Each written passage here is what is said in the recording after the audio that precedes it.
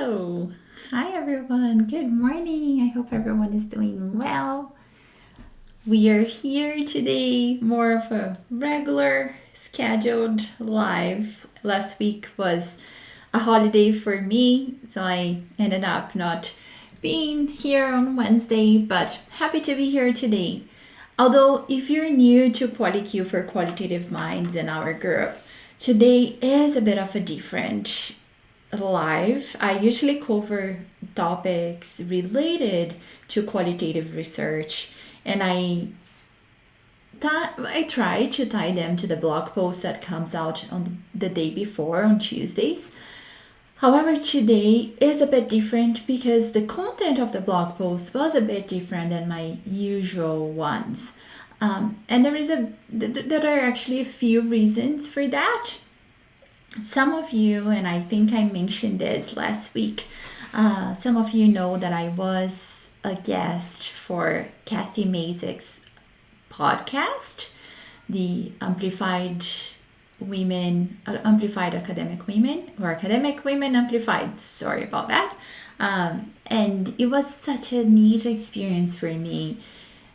I had many people who were commenting and who sent me messages, especially from my close network, and expressed a lot of, I would say, nice comments, and they were really engaged in some of the things that I shared, and it resonated with them in different ways. I find that mostly women tend to enjoy and learn and hear and feel really encouraged by some of the things that I shared. But because of the content that we discussed and a lot of discussion about racism, we ended up not getting very much in depth about what I am doing now and how I transitioned from an academic career to becoming a business owner and creating online courses. So that's why today and the blog post that I shared yesterday are a bit different in that sense. I am definitely talking about more of my career journey post PhD. And for me to write that blog post, I really had to be vulnerable and share some really, I would say, personal details about my life and what happened and what led me to go from being someone who was definitely in that career path and leaning towards an academic position. I had really decided that I was going to pursue a postdoc back in 2018. I was ready to start taking the right steps, or taking the necessary steps post maternity leave with my second child. And then everything changed when my daughter got sick or got diagnosed with cancer in September 2018. At that point, I was actually ready to start teaching. I was going to start teaching in January 2019, and I was going to teach my first graduate level qualitative course. I was very excited. I had signed the contract in the summer and was getting everything organized so I could go back with still like a fairly young baby, but I could go back and teach, and then at the same time try to make some progress on my thesis, because I still had to defend. And unfortunately, it didn't happen, or it didn't go according to plan. Obviously, one of the first things I did when my daughter was diagnosed and on that day was to really contact my mentor and say, unfortunately, I have to ask you to find someone else and arrange for everything to happen and replace me with someone else, because I'm not going to commit to teaching. And for many months, I lost the drive for anything professional. I didn't have in me the passion for work that I always had, the desire to try to make a career. I didn't know if it was going to matter, to be sincere. When you have a child who is sick, with something as serious as cancer, you really wonder if what will matter at the end of the treatment. I didn't know if she was going to make it, and I didn't know if I was going to care about finishing my PhD if she didn't make it. It was hard and it was very painful. And I remember, and I shared this with Kathy at another like opportunity. It's not in the podcast recording, but I remember that in December 2018, my dad was here for Christmas, and he asked me if I was going, what I was planning on doing for my thesis and my work, and what I was planning to do post PhD. And I remember being so offended, because I just couldn't even understand how he would ask me that question, given everything that was happening in our lives. And I really didn't care. And that was the answer I gave him with no shame. I said, I don't care, and I don't know if I will care. And I don't know if it will ever matter, or if I'm going to go back and finish my PhD. And it was really how I felt at that point. I really missed being my old self in a way, and missed having that passion and that drive for a career and making a meaningful career out of my PhD. But I went through that period where I think the sadness and the grief were way bigger than anything else. But it was also around that time. So when I was with her, mostly as a caregiver, I wasn't doing anything else for work or for my thesis. It was at that point when I started thinking about what I wanted to do if I wasn't pursuing an academic career. I am not ever discouraging anyone in this group or outside of this group to not go into academia. It was what I wanted. It's still something that I find challenging, that I actually find it gives me a lot of, I would say, pride in having that still contact with academics and support them in their publications, in their projects. It's something that I wanted to do myself. I just realized at that point that I wouldn't have the academic career that I wanted, and I was realistic, unfortunately. And that's something that I think we are trying to change, and that's one of the things that the group with Kathy Mazek, I should be writing, really talks about gender issues within academia. And for me, I was very realistic, and I think we can all agree, if we're being very sincere, that imagine as an assistant professor. So let's say I was getting a position as a research associate, or trying to get a position as an assistant professor, having to go on leave for extended periods of time around that period in my career. I knew that I wasn't going to make it. I knew that I wasn't going to be the academic that I would want to be, and to be able to progress in my career, because it wasn't my priority. I didn't know how my daughter would do and how the treatment would go.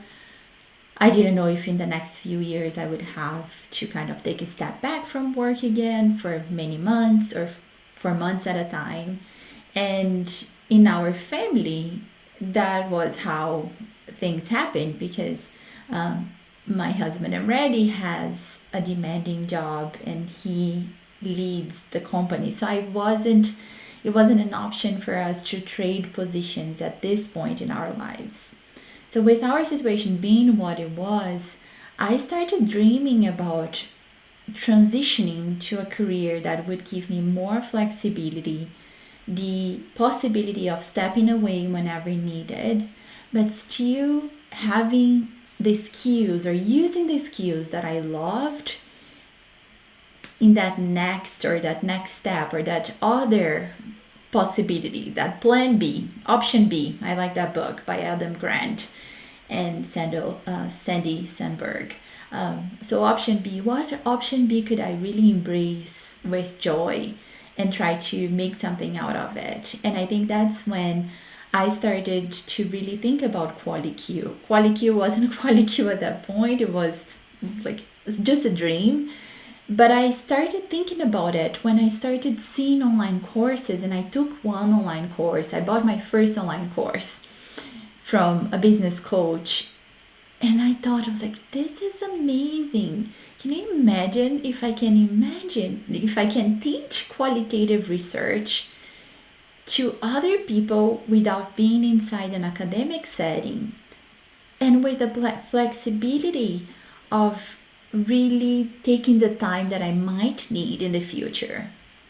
And that's how it all happened. The idea at that point was just an idea. It was actually a dream. I will say that I was thinking about, I was like, can you imagine if I am at the park with the kids and someone is taking my course online? Isn't that amazing? And that's how it all started. If I knew at that point everything that I would have to learn to make the Quali Q online school happen, I probably would have given up. It has been a lot of work. Outside of my comfort area, I have had to learn so many tech things. I have had to embrace the online space, being on video, being on camera, things that I didn't really consider as something that was my unique genius. But I found the set of skills that I learned the most in graduate school. So in the past 10 years, through my master's and through my PhD and through my year and a half working for public health, I found what sparked joy the most within me, and I tried to transition to Quali Q. And it is the main reason why I show up live. I show up here every Wednesday. I have some people watching live. It's why I'm here every Wednesday. It's why I will continue to be here on Wednesdays to really walk you through whatever you need support with in terms of qualitative research. I have realized that my unique genius is to really learn and inspire learning. So for me, Quali Q is not a place or a space where I see myself as the instructor. I see myself as the learner and the co-learner with all of you, but with a bit more experience in some areas that I feel I can share and I can support everyone who is here. And it's the main reason why this space is what is meant to be, or what is being shaped to be. So with that being said, what I want you to really consider as, or your takeaway for today, since it's not much about qualitative research, is really that idea of what is your set of skills or your unique genius. A lot of people in marketing will call that unique genius or your secret sauce. And I think whatever you are, whether you're inside academia or outside of academia, or a student or a trainee inside the university walls, the ivory tower, you really need to always be doing that reflection and asking yourself, what am I doing right now? How much that aligns with what I believe I have in terms of skills, values, passion, mission. I do believe that some of the learnings that I have gained from marketing, from business, could be so well transferred into academia. And academics in general can benefit from having a vision, from really stopping whatever they are doing and asking themselves, what's my vision? Where do I want to be 2 years from now, 5 years from now? What matters the most to me? How can I really use my time with the things that I think I am really good at, or great at? And what can I do to really move faster or delegate areas that are not within my genius or area of genius? And with that reflection, I think we can learn so much about ourselves, and in a way, really empower ourselves.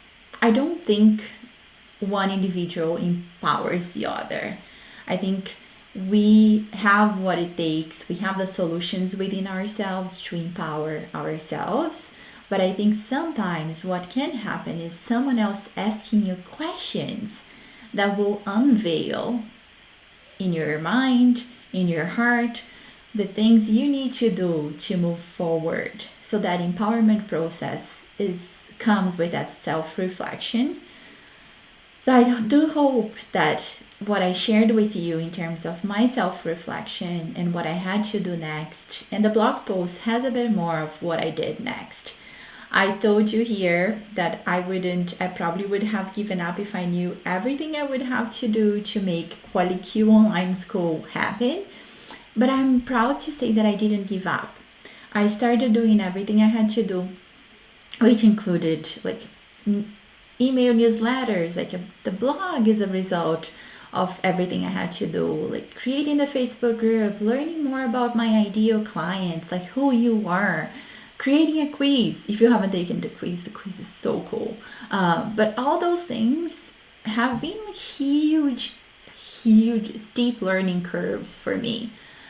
And even though some days I get frustrated and I wonder what I am doing, most of the time I'm really happy with where I landed in my career. And I am hoping that over time I can support more people, I can have more people come to this space, with the space within Quali Q and Quali Q for Qualitative Minds, with questions, with ideas, and we'll be here to support you. So it's really a space for support, for community, and I hope that's what you have felt as you joined and have come on board.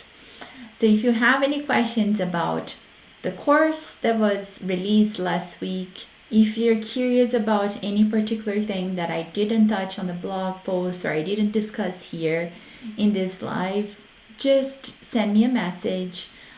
You can send us an email as well, and we love that. It's one of the ways we find out how to better support each and every one of you, and it does inspire content. A lot of the content that I create come from interactions with clients, with the consulting projects that I have, and those are really helpful for me because I really get that idea of what people are asking and what they need in different points of their projects. So that's all I had to share for today. I am thankful that you're all here, and I hope, let me just check if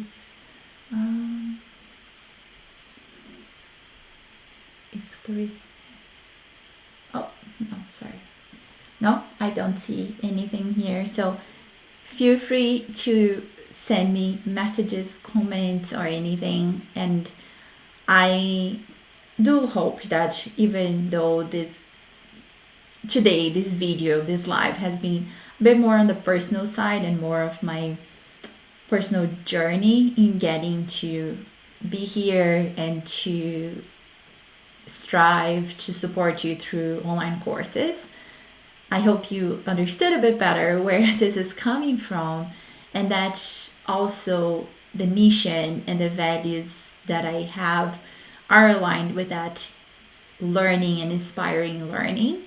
And I'm really happy that you're here, but I am also really happy that I am here with you. So I hope you have an excellent week, and I'll see you next week. And next week we are talking about interview guides. So designing an interview guide for semi-structured interviews. It will be a good one, and I hope to see you then. Bye bye.